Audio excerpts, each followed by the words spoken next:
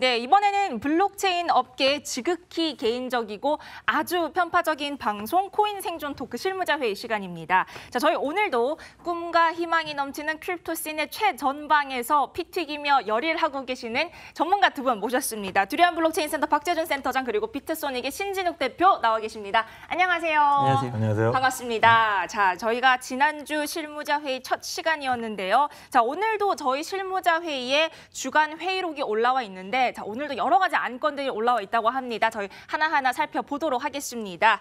자, 첫 번째 안건입니다. 이더리움의 새 하드포크죠. 콘스탄티노플이 결국에는 내년 1월로 연기되게 됐습니다. 다음 안건 살펴보겠습니다. 자, 서강대학교 지능형 블록체인 연구센터가 후오비 코리아와 공동 연구 MOU를 체결했다는 안건도 올라와 있네요. 자, 세 번째 안건 살펴보도록 하겠습니다. 국제자금 세탁 방지 기구가 이 암호화폐를 화폐가 아닌 자산으로 취급하기로 결정을 하고 규제 방안을 내년 6월에 발표한다고 밝혔습니다. 마지막 안건도 살펴보도록 하겠습니다. 자, 바이낸스를 필두로 한 많은 거래소들이 투자자들을 위한 거래소 모델의 방향성을 찾기 위한 노력을 활발히 하고 있다라는 안건도 올라와 있습니다. 자, 뭐 굉장히 흥미로운 안건들인데 자, 오늘 저희 이 네 가지 안건 중에서 어떤 안건을 좀 집중적으로 다뤄보면 좋을까요? 제가 센터장님한테 먼저 한번 여쭤볼게요. 네, 지금 말씀하신 대로 네. 네 가지 주제 다 관심 있을 만한 내용이 있고 재밌는 그렇죠. 내용들입니다. 근데 이제 지금 뭐 서강대의 이 블록체인 연구센터에서 제휴맺은 부분은 구체적으로 어떤 아이템을 연구하겠다라는 게 좀 나와야 우리가 네. 얘기할 수 있지 않나 싶고요. 이더리움 하드포크 연기는 뭐 지금 뉴스에서 많이 보도된 것처럼 이게 내년으로 연기됐다고는 하지만 구체적으로 무엇 때문에 그렇고 또 이더리움 지금 시세에 또 어떤 영향을 미칠지 그렇죠. 뭐 이런 것들이 아직은 좀 불확실한 상태예요. 네. 그래서 저는 지금 아마 이 올 초부터 시작해서 굉장히 많은 신생 거래소들이 지금 오픈을 하고 있는데 이 거래소들이 많이 생기다 보니까 프로모션도 많이 하고 홍보도 굉장히 많이 하고 있는 상황입니다. 그렇죠. 그래서 그 거래소들에 대해서 좀 얘기를 한다 그러면 이제 투자를 이미 하고 계시는 분 또는 투자에 관심 있는 분들한테 좀 도움이 되지 않을까. 예, 그런 생각에서 저는 바이낸스 암호화폐 이 거래소에 관련된 이슈를 한번 얘기해보고 싶네요. 네, 우선은 센터장님은 이 네 번째 안건에 한 표를 던져주셨습니다. 신 대표님은 어떤 안건에 대해서 이슈를 나눠보면 좋겠다고 생각하시는지요? 저는 뭐 이더리움 하드포크 얘기를 하면은 이제 속만 상할 것 같고요. 네. 요즘 같이 이제 침체돼 있을수록 이제 그 암호화폐에 대해 비전을 좀 얘기해 보면 좋지 않을까. 거래소의 비전에 대해서 이야기해 보면 좋지 않을까 생각합니다. 네. 사실 이 거래소 대표 입장에서 어떻게 하면 민감할 수 있는 주제를 이렇게 네. 픽을 해주셨습니다. 자, 이렇게 해서 제가 생각했을 때 오늘 이 두 대표님의 픽은 블록체인 투자자 이끌 거래 모델은 이라는 안건으로 얘기를 해보면 될 것 같습니다.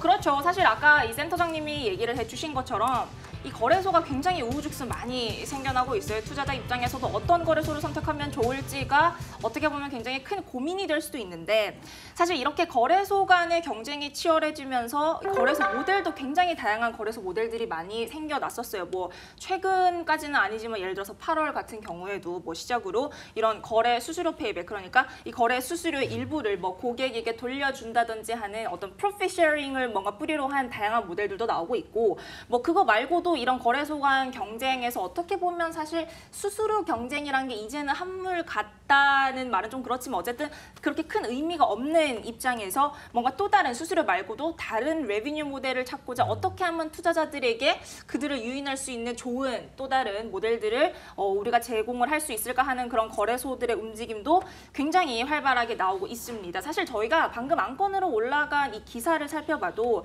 이제 바이낸스 그러니까 세계 1위 암호화폐 거래소죠. 바이낸스 같은 경우에는 뭐 자선재단을 설립을 한다든지 아카데미를 개설을 한다든지 이런 이 블록체인 암호화폐 생태계에서 뭔가 그 역할을 좀 넓히고자 하는 시도들을 많이 하고 있는데 자, 여기에 대해서 사실 굉장히 많은 의견이 나올 수 있을 것 같아요. 자, 저희가 이렇게 어떤 얘기부터 좀 해보면 좋을까요? 근데 이제 지금 거래소들이 네. 이 새로 오픈하면서 이제 이 투자자들한테 어필해야 되는 요소들이 있을 거란 말이에요. 근데 지금 뭐 기본적으로 이제 갈고 가는 거는 당연히 거래소니까 이제 보안하고 안전이겠죠. 그렇습니다. 그리고 이제 어떤 코인들을 상장하고 거래할 수 있느냐. 그리고 이제 원화 출금이 가능하느냐. 뭐 이런 이제 기본적인 요소들은 당연히 포함되는 건데 그렇죠. 지금 이제 그 일반적으로 행하고 있는 이벤트 이외에 거래소들이 내세우는 것들이 뭐가 있을까? 이제 이런 걸 한번 살펴보면 좋을 것 같아요. 네. 그 지금 보면 이제 거래소에서 이제 거래를 많이 하면 할수록 이제 거래소 코인을 통해서든지 아니면 어떤 포인트를 보상을 해주는 이제 이런 거래소도 나왔고. 그렇죠. 또 이제 그 기간을 뭐 1년이나 6개월 이제 기간은 뭐 거래소마다 좀 다르겠지만 기준도 다르고 이제 거래 수수료를 통해서 올린 매출의 뭐 몇 퍼센트를 다시 고객들한테 돌려주겠다.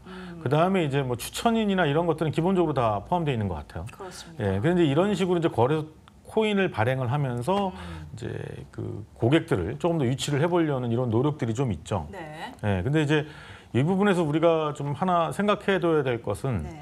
이 거래소들이 저마다 거래소 코인을 만들어서 그걸 보상 체계로 쓰고 있는데 이 거래소 토큰은 과연 얼마나 활용도가 있는 거냐 이제 이 부분에 대한 설명이 좀 있었으면 좋겠다는 생각이 좀 들어요. 그렇죠. 사실 이 거래소 토큰이 이 프로핏 쉐어링이라는 뿌리에서 시작을 됐을 때 당연히 좋은 취지로 시작을 했겠지만 사실 아까도 말씀을 하셨다시피 효용성이라든지 하는 부분에서는 많은 의견이 갈리고 있는 거는 사실이거든요. 이런 부분에 있어서 신 대표님은 어떻게 생각을 하시는지를 좀 여쭤보고 싶어요. 지금 이제 센터장님 말씀해주신 그 거래소가 기본적으로 하는 것들을 저희도 거의 다 하고 있는 것 같은데요. 네. 저희 이미 저희도 이제 거래소 토큰이 있고, 일단 거래소 토큰에 대해서 일단 집중을 해서 이제 이야기를 해보면요. 네. 저희가 처음에 이제 거래소 토큰을 이제 만들 당시에는 이제 그 프로핏을 쉐어하는 그런 토큰에 대해서 많이 나와 있지 않은 상태였어요. 네. 근데 이제 외국의 사례들을 봤을 때 굉장히 사실은 수수료 대신에 수수료를 내서 그 토큰을 사는 모양새인데 사람들이 혜택을 얻는다고 이제 생각을 하는 부분이 굉장히 이제 신선하게 이제 다가왔고 그리고 그런 모델들이 한국에서 과연 이것이 먹힐까? 왜냐하면 이제 사람들은 저는 굉장히 많이 똑똑해졌다고 생각을 하거든요. 그래서 그럼요. 사실은 ICO가 망한 게 아니라 사람들이 이제 좀 제대로 된 ICO들을 이제 알아보는 그런 눈이 이제 생겼기 때문에 그렇다고 생각을 해요. 마찬가지로 거래소 토큰도 사람들이 이건 그냥 내가 수수료를 내고 사는 거구나.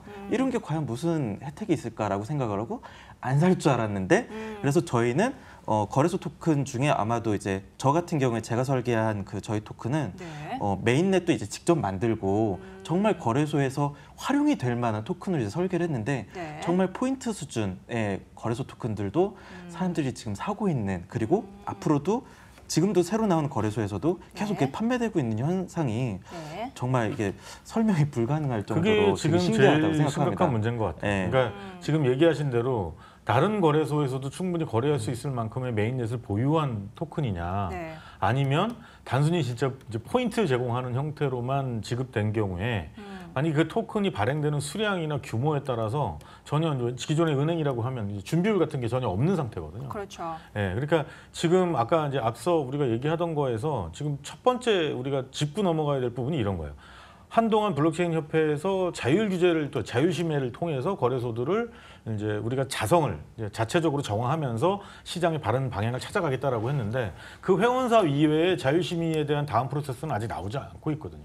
그리고 다른 거래소들도 그러면 그 자율심의 기구라는 게 정부하고 얘기도 하고 이랬었는데 그렇다면 신규 거래소들은 어디 가서 자율심의를 받아야 되는 거냐? 아직 그 심의 기구도 이제 심의를 받을 수 있거나 또는 어떤 기준이라는 게 아직 없기 때문에 네. 예, 이제 이런 부분들이 하나의 문제인 거죠. 그러면 저마다 프로모션 할 수밖에 없는데 지금 지적하신 것처럼 자체적으로 토큰을 발행하는 거에 과연 그 근거는 뭐냐.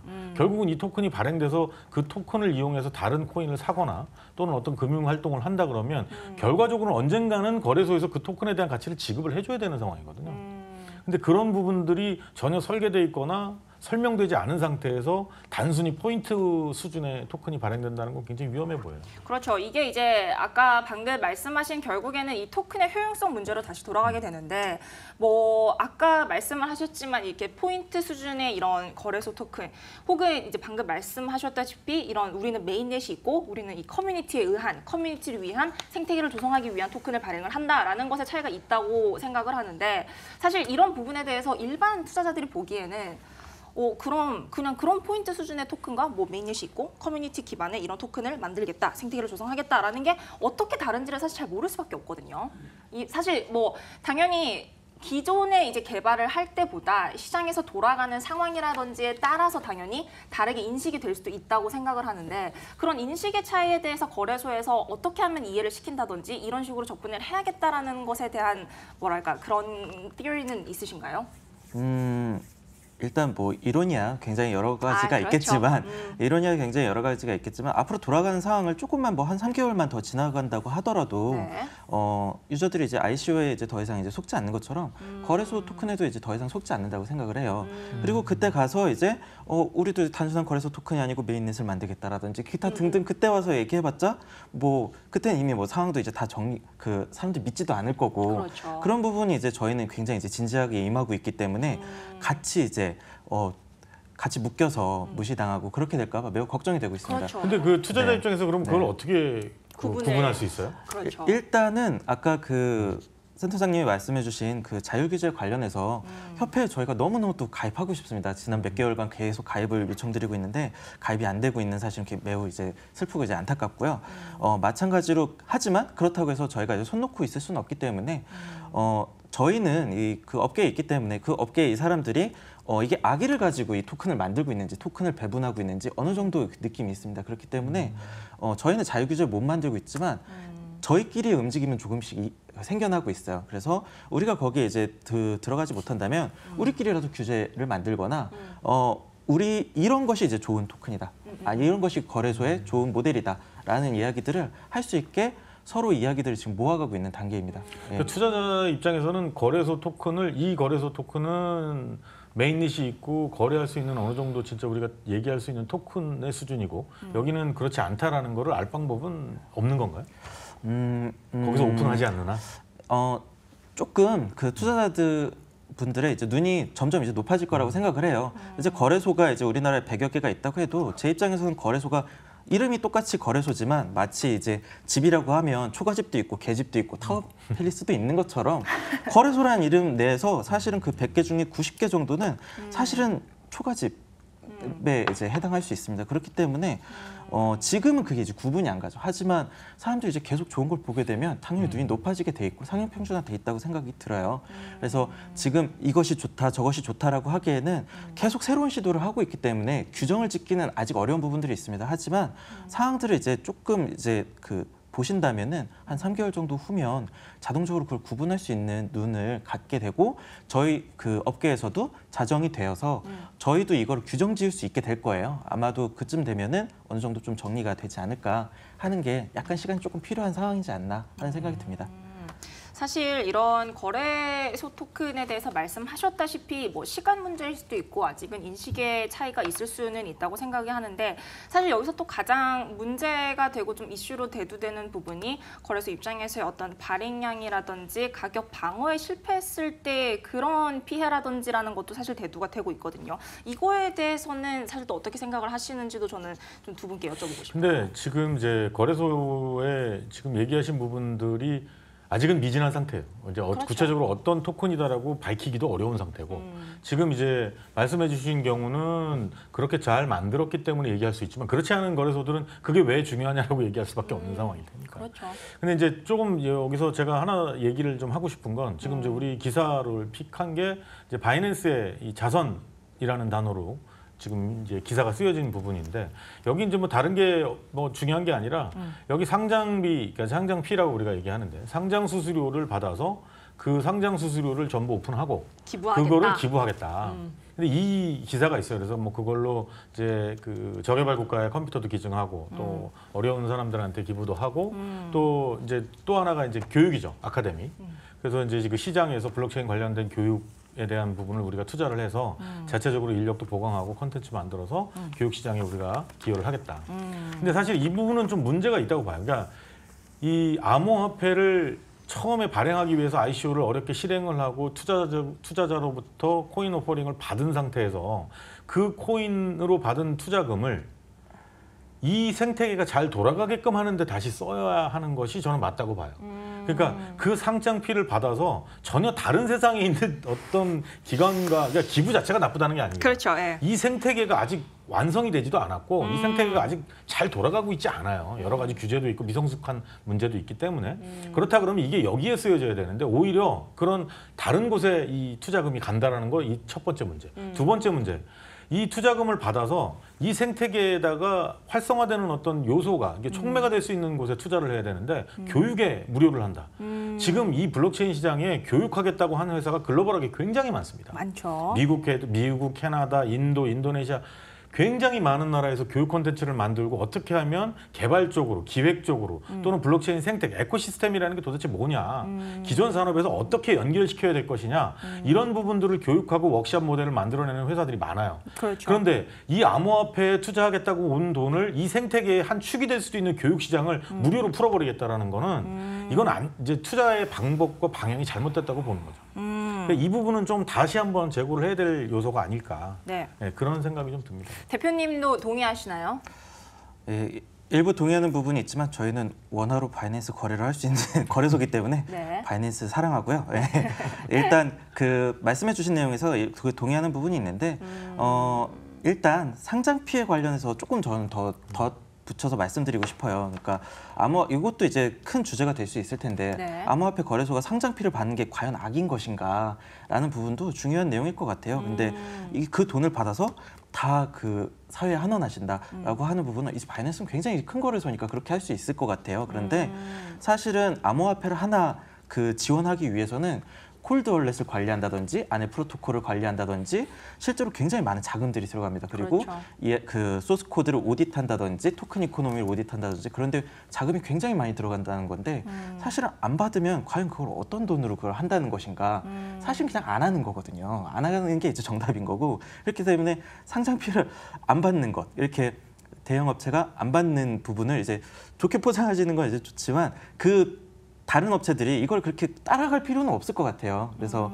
상장피를 받아야 하는 상황이면은 좀 받고 제대로 그 토큰을 소개하는 것도 그렇죠. 좀 용기가 아닐까 하는 생각이 좀 듭니다. 이게 사실 어떻게 좀 크게 거시적으로 보면은 이게 거래소의 필요 이유에 대한 여러 가지 의견들이 나오는 것 중에 하나가 될 수도 있다고 생각을 하는 게 뭐냐면 사실 거래소의 역할이라는 게 어떤 디지털 가치와 이 현실 세계의 가치, 그 피아트머니를 연결해주는 사실 매개체로서의 우선 가장 큰 목적이 있는 것이고 거래소의 존재 그렇죠. 이유라는 게 그리고 이 사실 블록체인 뭐 이런 암호화폐 생태계 조성을 위해서 인적 자원이라든지 물적 자원들을 투자함으로써 생태계 조성에 기여하는 바도 저는 이 거래소가 하는 역할이 굉장히 크다고 생각을 하는데 그래서 사실 아까 말씀을 하셨다시피 이런 크립토 씬에서 번 돈을 이 투자를 하는 게 뭔가 기술 개발이라든지 거래소를 좀 더 활발하게 움직일 수 있는 이런 쪽에 투자를 하는 게 아니고 아예 다른 세계, 현실 세계에 그냥 이렇게 기부를 해버린다는 게 맞는가 하는 그런 데 있어서 좀 의견의 차이가 있는 것 같은데 이런 의견은 어떠세요? 예를 들어서 아까도 말씀을 제가 드렸지만 현재 이 암호화폐 거래소라는 존재 이유가 디지털 가치와 현실 세계의 가치를 이어주는 매개체라고 생각을 했을 때 물론 이런 상장피라는 게 있지만 우리가 이거를 진짜 사회에 뭔가 기부를 함으로써 사실 기업들도 기부를 하잖아요. 그런 식으로 현실 세계에 좀 더 가까워질 수 있는 뭐 그런 매개체로서의 역할을 할 수도 있다라는 의견에 대해서는 어떻게 생각을 하시는지 좀 여쭤보고 싶어요. 근데 그 부분은 분명히 긍정적이에요. 네. 말씀 중간에도 이제 언급을 했지만 기부라는 행위 자체는 너무 좋은 거죠. 그렇죠. 필요한 일이고 기업으로서 당연히 해야 될 역할이라고 생각을 합니다. 네. 근데 이제 이 성숙되지 못한 시장에서 나온 어떤 투자금을 그 지금 단계에서 집행하는 게 맞느냐에 대한 문제인 거지.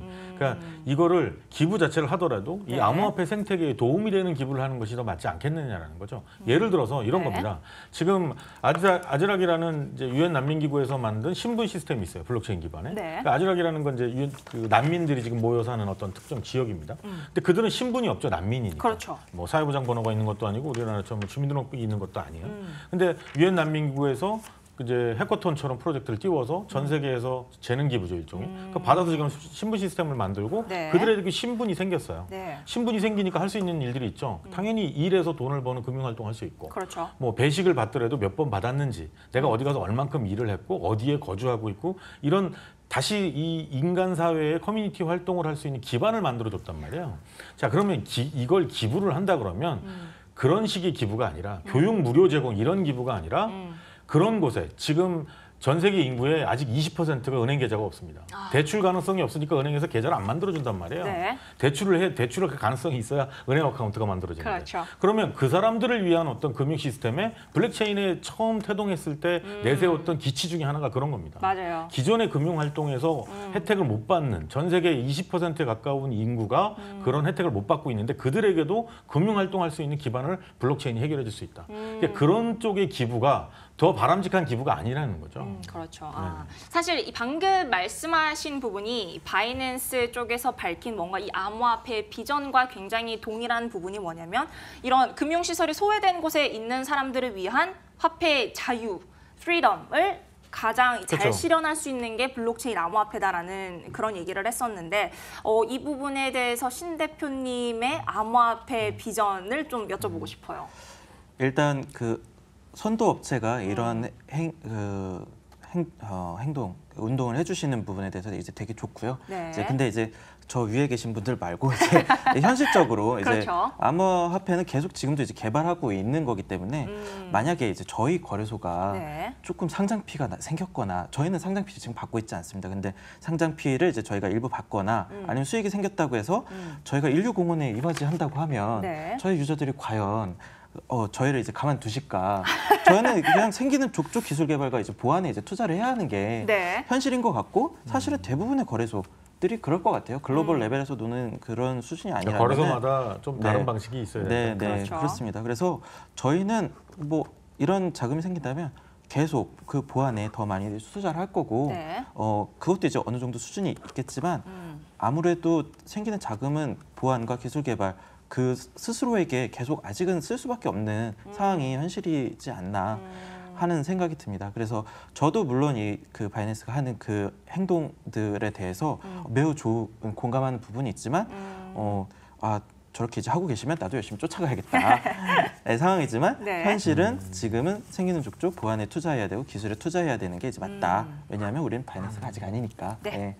네. 알겠습니다. 자, 이렇게 오늘의 안건 저희 이 블록체인 업계에서 암호화폐 거래소들의 투자자 이끌 거래 모델은 이라는 것에 대해서 얘기를 해봤는데 자, 마무리를 하면서 두 대표님의 한 줄 평을 좀 들어보도록 하겠습니다. 먼저 센터장님 한 줄 평 어떻게 주실까요? 지금 이제 많은 거래소들이 오픈하고 앞으로도 지금 오픈할 거래소들이 여러 군데 있는 걸로 알고 있는데요. 네. 거래소의 경쟁이 이제 보상 경쟁이 아니라 그러니까 프로젝트 기반의 경쟁이 됐으면 좀 더 이 시장을 활성화하는 데 도움이 되지 않을까 그렇게 생각합니다. 그렇죠. 좋은 프로젝트 발굴 역시 거래소가 가진 가장 중요한 역할이 아닌가 하는 생각이 듭니다. 자, 신 대표님 오늘의 안건에 대한 한 줄 평 어떻게 주실 수 있을까요? 네, 이제 거래소가 이게 많아지면서 꼼수들도 많아지고 그렇게 네. 되는데요. 네. 이럴 때일수록 꼼수보다 기본에 더 충실한 업계가 되었으면 합니다. 네, 오늘도 건강한 블록체인 생태계 조성을 꿈꾸며 두 분의 가감없는 토크 나눠봤습니다. 지금까지 두리안 블록체인 센터 박재준 센터장 그리고 비트소닉의 신진욱 대표와 얘기 나눠봤습니다. 두 분 오늘 감사합니다.